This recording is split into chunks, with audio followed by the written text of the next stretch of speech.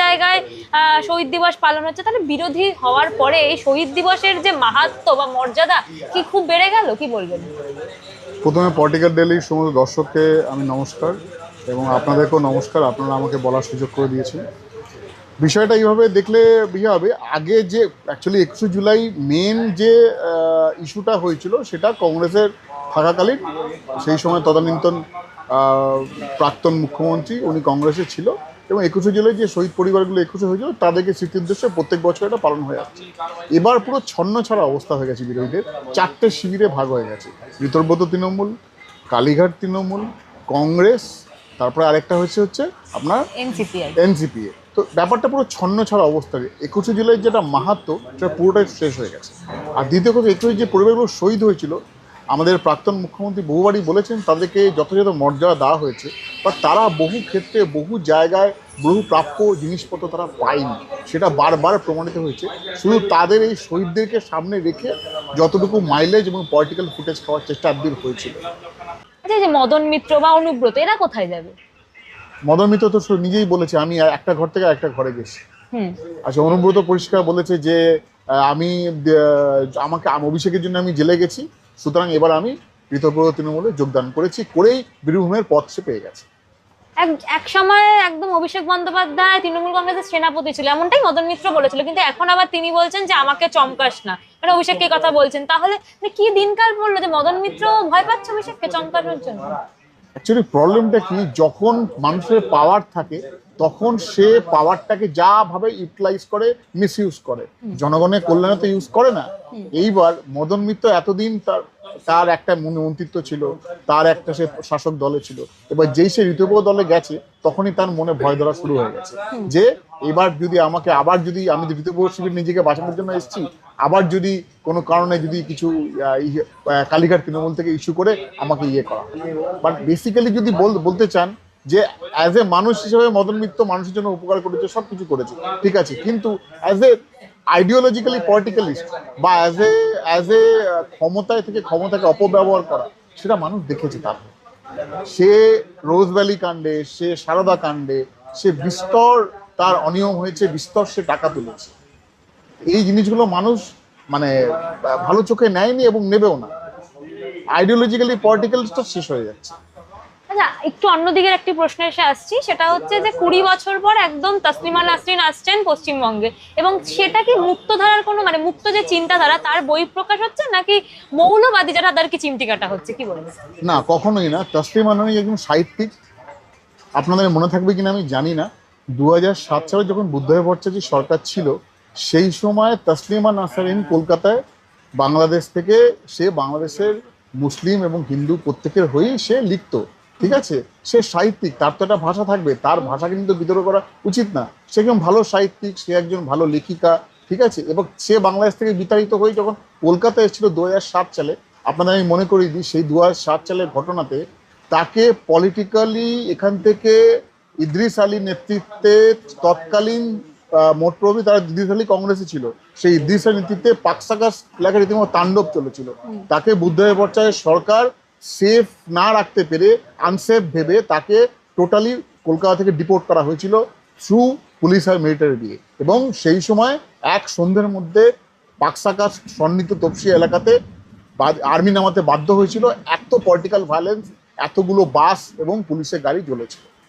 এই যে উনি যে আবার এতদিন পর কলকাতায় আসছেন, আবার কোনোভাবে পশ্চিমবঙ্গ বা কলকাতা উত্তপ্ত হবে না? না, পশ্চিমবঙ্গ সরকার এটার আয়োজন করেনি, এটার আয়োজন করেছে সামথিং একজন ভদ্রলোক আয়োজন করেছে। পশ্চিমবঙ্গ সরকার আশ্বস্ত করেছে তার নিরাপত্তার সমস্ত দায়িত্ব তসলিমা নাসরিনের না হবে, আর এমন ঘটনা করার কোনো কারণ নেই। কিন্তু এদিকে বিকাশ রঞ্জন ভট্টাচার্য তিনি একদম প্রশ্ন তুলছেন যে বাংলাদেশ থেকে যখন বাংলাদেশিদের নিজ দেশে ফেরত পাঠানোর বিষয়ে এত জোর দেওয়া হচ্ছে, তখন তসলিমা নাসরিনকে নিয়ে ভারতে এত আলোচনা কেন হচ্ছে? মানে তিনি এটা মনে করছেন যে তসলিমা শুধু একটি নির্দিষ্ট ধর্ম বা সম্প্রদায়কে আক্রমণ করেই সারা জীবন লেখালেখি করছে, কি বলবেন? বাংলাদেশের থেকে, বাংলাদেশ আমাদের এখানে যারা অবৈধভাবে বাংলাদেশ থেকে ঢুকেছে তাদের তোমরা বাংলাদেশে ডিপোর্ট করবে, এটা তো স্বাভাবিক। কেন আমি আমার পশ্চিমবঙ্গের খাওয়াটাকে খাওয়াবো, আমার জায়গা সে এনজয় করবে, আমার স্পেস বাসস্থান সব এনজয় করবে। অবৈধ বাংলাদেশি থেকে যে আমি তাড়াবো, সেটা তো আমি decided. Delete deport and detect delete deport 3Ds, যাতে আমার পশ্চিমবঙ্গের অর্থনৈতিক ঠিক থাকে, ডেমোগ্রাফি চেঞ্জ না হয়। আর দ্বিতীয় আরেকটা সেকেন্ড কোশ্চেন আপনি কি বললেন? আচ্ছা, এই যে মানে বিকাশ রঞ্জন ভট্টাচার্য যে বলছে যে তসলিমা নাসরিন শুধু একটি নির্দিষ্ট ধর্ম বা সম্প্রদায়কে আক্রমণ করে সারা জীবন লেখালেখি করে গেছেন। কখনোই না। তসলিমা নাসরিন ম্যাডাম যিনি সাহিত্যিক, তিনি যেমন সংখ্যালঘু বা মুসলিম ধর্ম নিয়েও লিখেছেন, তেমন হিন্দু ধর্মের নিয়েও বলেছেন যে হিন্দুরা দীর্ঘদিন ধরে বাংলাদেশে নিপীড়িত হয়েছে। এমন না, সেই নিপীড়িত হয়ে বহু হিন্দু সেই সময় মাইগ্রেট করা হয়েছে, এবং মুসলিম ধর্মেরও একটা বেশ কিছু দিক তিনি তুলে ধরেছেন, যেটাতে ওখানকার প্রচন্ড গোড়া মুসলিম যারা লোক আছেন, যারা মানুষ আছেন, তার এটাকে সমস্তভাবে অবজেকশন করেছে এবং তাকে প্রাণে মারার উপর হুমকি দিয়েছে। এবং তসলিমা নাসরিন ওখানে যে সেফ না, সেই জন্য সে বাংলাদেশ বহুদিন আগে সে ত্যাগ করেছে। আচ্ছা, এই যে যখন বিকাশ রঞ্জন ভট্টাচার্যের এই উক্তি এবং তারই পরিপ্রেক্ষিতে তসলিমা নাসরিন বলছেন যে বাম ও বামপন্থী যে নেতারা আছে তাদেরকে তীব্র সমালোচনা করেছেন উনি, এবং তিনি বলছেন যে প্রগতিশীলতার যে মুখোশ পরা জিহাদিদের যে ভাষায় কথা বলা বলে আখ্যা দিয়েছেন তিনি। একদম মুসলিম সমাজের সংস্কারে তাদের অনীহা রয়েছে বলে বামেদের বিরুদ্ধে অভিযোগ করছেন তিনি। আপনি কি সহমতের সাথে? বিকজ এটা সহমত। কেন, দীর্ঘদিন আজকে ভাবুন, দীর্ঘদিন আজকে আমরা সংখ্যালঘু বলে যে বামফ্রন্ট যে ভোটটা নিয়েছে, প্রকৃত সংখ্যালঘুদের উন্নয়ন হয়েছে? উন্নয়ন হয়নি। তার প্রমাণ হচ্ছে আপনার 3 তালাক প্রথা। তারা বিস্তর তার বিরোধিতা করেছে। কেন? আজকে ইউসিসি আমরা কেন আনছি? In respective of civil law, যেখানে ধর্ম, বর্ণ, ম্যারেজ, ডিভোর্স, একটা one country single law adapted. কেন ধর্ম, বর্ণ, জাতি নির্বিশেষে লস হবে? একটা হিন্দুর যা রাইট হবে, একটা মুসলিমের তার রাইট হবে, একটা খ্রিস্টানসের রাইট হবে, একটা পার্সিস্টের রাইট হবে। ডিফারেন্ট রিলিজিয়ান দিয়ে ডিফারেন্ট লস কেন এনফোর্সেবল থাকবে ইন্ডিয়াতে?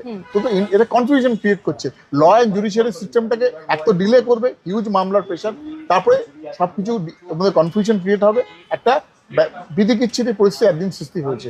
সেই জন্য সেন্ট্রাল গভর্নমেন্ট পরিষ্কার বলেছে আমরা ইউসিসি লাগু করবো, irrespective of colour, irrespective of religion, irrespective of any kind of issues, all civil laws. বর্তমান সরকার যখন বলছে যে তসলিমা নাসরিনকে সুরক্ষা দিতে পারবে, তাহলে বামেদের এত সমস্যা হচ্ছে কেন? তিনি আসছেন, তাদের তো কিছু বলতে হবে, তাদের খবরে থাকতে হবে। খবরে থাকা ছাড়া তাদের তো আর কোনো অস্তিত্ব নেই। কোনো ক্রমে একটা এবার বিধায়ক পেয়েছে, আগেবার যেটা পেয়েছিল সেটাও গেছে, কোনো ক্রমে এটা একটা পেয়েছে। তাদের তো একটা বেস নেই। তারা দীর্ঘদিন একটা মানে এমন ইস্যু নিয়ে আন্দোলন করে, দিনের পর দিন আন্দোলন করেছে। আজকে ভাবুন যাদবপুর বিশ্ববিদ্যালয়ের মধ্যে দেশ বিরোধী স্লোগান থাকবে কেন? থাকবে কেন? আজকে বন্দে মাতরমকে জাতীয় সঙ্গীত হিসেবে যখন সংসদে অ্যামেন্ডমেন্ট হচ্ছে, সেখানেও তাদের বিরোধ। তাদের কোনো কিছু বিরোধ না, হালো যে বিরোধ না করলে চলবে না। তারা যেটা একদিন 25 বছর করেছে সেটা সব। আজকে বামফ্রন্ট সরকার কম্পিউটার আনতে দেয়নি, আপনার মনে আছে? আজকে সে আইটি দুনিয়া চলছে, সবকিছু আইটিতে কাজ করছে, অথচ তারাই আজকে বিরোধিতা করেছে।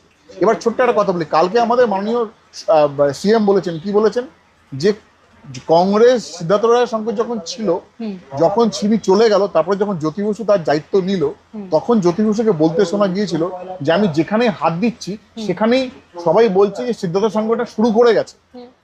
এবার এখন 15 বছর টিএমসি যখন রাজত্ব করলো, তারপরে আমি যখন আমাদের অনারেবল সিএম যখন বলছে আমি যেখানে হাত দিচ্ছি সেখানে সবাই বলছে উনি এটা শেষ গন্ধ পচা করে গেছে, আমাকে নতুন করে শুরু করতে হবে। আচ্ছা, এই যে দেখা যাচ্ছে যে সরকারি কাজে বাংলা ভাষা একদম বাধ্যতামূলক করা হলো, 1 সেপ্টেম্বর থেকে সেটি লাগু হবে। এখন গর্গ চট্টোপাধ্যায় কোথায়? তাকে খুঁজে পাওয়া যাচ্ছে না কেন? মানে বাংলা ভাষাতে এত বড় জয় হচ্ছে, এখন উনি কোথায়?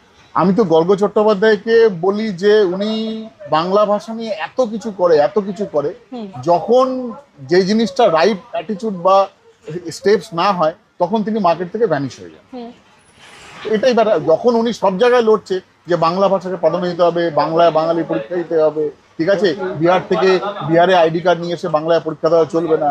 হ্যাঁ, তাহলে এখন যখন বাংলা ভাষাকে আমাদের বিধানসভায় স্বীকৃতি দেওয়া হচ্ছে ম্যান্ডেটরি ল্যাঙ্গুয়েজ হিসেবে, তখন উনি সাইলেন্ট। আশ্চর্য, এটা কোনো ডেফিনেশন না। আচ্ছা, রাজ্যে যে বিরোধী দল তৃণমূল কংগ্রেস, এবং সেখানে দেখা যায় একদম কালীঘাট তৃণমূল, সেটা ভেঙে খান হয়ে যাচ্ছে, কিন্তু এই আবহে একদম বিদ্রোহী যে তৃণমূল, তাদের উপর উদ্দেশ্যে চ্যালেঞ্জ ছুড়ে দিচ্ছেন অভিষেক বন্দ্যোপাধ্যায়। তিনি বলছেন যে আপনারা ফিরে আসুন, 1 ঘন্টার মধ্যে আমি ইস্তফা দিয়ে দেবো। কিন্তু মদন মিত্র তো মমতা ব্যানার্জির সাথে দেখা করতে গেছেন, এবং মমতা ব্যানার্জি নিজেই বলেছেন যে এরা মানে আমার সাথে যোগাযোগ রাখছে। তাহলে কেন অভিষেক বন্দ্যোপাধ্যায় এখন ইস্তফা দিচ্ছেন না? এটা একটা এটা নিয়ে আপনি দেখবেন ওনাদেরই সাংসদ এনসিপি এর এখন চলে গেছে শতাব্দী রায় বলেছিল যে আজকে যখন 2024-এর তিনি ক্রেডিট নিচ্ছেন, তাহলে 2026-এ যখন বিপর্যয় হলো তখন তো ওনার যেদিন রেজাল্ট হলো তার পরের দিনে দেওয়া উচিত ছিল, এত দেরি কেন করলেন? হ্যাঁ। কেন ওনাকে ওনার মতো উনি কোথাকার, উনি কি মানে উনি আরেকটাও দেখবেন কাকলি ঘোষরা বলেছেন যে উনি কত বড় হনুমান হয়ে গেছে যে আমাকে যে ওনাকে স্ট্যান্ডিং ওভেশন দিতে হবে। একে তো স্পুন ফিডিং করে রাজনীতি যেতে এসছে, তার কোনো পলিটিক্যাল বেস নেই, কোনোদিন বুথে বসা পর্যন্ত চালু করেনি, কোনোদিনও করেনি। আজকে ওনাকে একটা 26-এ বিপর্যয়টা হলো তারপর ওনাকে স্ট্যান্ডিং ওভেশন কেন দিতে হবে? ওনার তো 5 তারিখে রেজিগনেশন দেওয়া উচিত ছিল যে আমি যেমন 2026-এ সাফল্যের কারিগর, কিন্তু 2026-এ যখন বিপর্যয় হয়েছে আমি বিপর্যয় দায় থেকে তাকে সরে যাচ্ছি। একদম শেষ একটা প্রশ্নে আসছে, এত তো তোলাবাজির অভিযোগ রয়েছে তৃণমূলের বিরুদ্ধে, এবার দেখা যাচ্ছে যে অজিত বন্দ্যোপাধ্যায় এবং কার্তিক বন্দ্যোপাধ্যায় মানে মমতা ব্যানার্জির দুই ভাই তার বিরুদ্ধে তোলাবাজির অভিযোগ হচ্ছে কি না তারা ঝুপড়িবাসীদের কাছ থেকে টাকা তুলতো। কোথাকার ঝুপড়িবাসী? যে কালীঘাটের যে ওই মিলন সংঘ যে ক্লাব আছে সেই ক্লাবের মানে এলাকা যে ঝুপড়িবাসী তাদের কাছ থেকে থাকতে দেওয়ার জন্য হচ্ছে টাকা তোলা হতো, তোলাবাজি করা হতো, এরকমটাই অভিযোগ করছে ঝুপড়িবাসীরা। কি বলবেন? এটা অভিযোগের সত্যতা খাটিয়ে রেখে ঝুপড়িবাসীদেরকে আমি অনুরোধ করবো তারা পুলিশে যাক। এখন তো আর পলিটিক্যাল এই প্রেশারটা নেই, তারা পুলিশে গিয়ে পুলিশ এটাকে এনকোয়ারি করুক। যদি সত্য থাকে অবশ্যই সেটা মানে প্রত্যেকের জায়গাতেই এখন আমাদের সম্মানীয় পৌর নগর কিন্তু অগ্নিমিত্রা বলে বলে দিয়েছেন যে যদি কোনো রকম কোনো তোলাবাজি কারোর নাম নিয়ে কোথাও তোলা হয় ইমিডিয়েট পুলিশ কমপ্লেন জানাবে। তো এখানেও যদি দুই ভাই, প্রাক্তন মুখ্যমন্ত্রীর দুই ভাই যদি কোনো বস্তি বা সংলগ্ন জায়গা থেকে টাকা তুলে থাকে পুলিশে যাবে, পুলিশ যথাযথ বিচার করবে। এখন কোনো পলিটিক্যাল প্রেশার নেই, পুলিশকে পরিষ্কার বলে ফ্রি হ্যান্ড দিয়ে দেওয়া হয়েছে, যে কোনো কমপ্লেন পেয়ে সেটাকে যথাযথ তদন্ত করে। সিম্পল। কিন্তু একটা মানে পোর্ট ট্রাস্টের আওতাধীন একটা জায়গা, সেই জায়গায় কালীঘাট মিলন সংঘের স্লিপে টাকা তোলা হতো, কতটা ভয়ানক অভিযোগ এটা? কিভাবে বিশ্লেষণ করবেন এটাকে? পোর্ট ট্রাস্টের এলাকাতে চাঁদা তোলা হতো, এটা তো অতীব সাংঘাতিক। আপনার মনে থাকবে কদিন আগেই যে পুজোটা মানে কলকাতার বুকে বিশাল করে দিত বিশ্বাস ব্রাদার্সের পুজো, নিওয়ালপুর সুরুচি সংঘ, সেই জমিটা এলআইসি অলরেডি নোটিশ পাঠিয়েছে, সেই জমিটা এলআইসির জমি।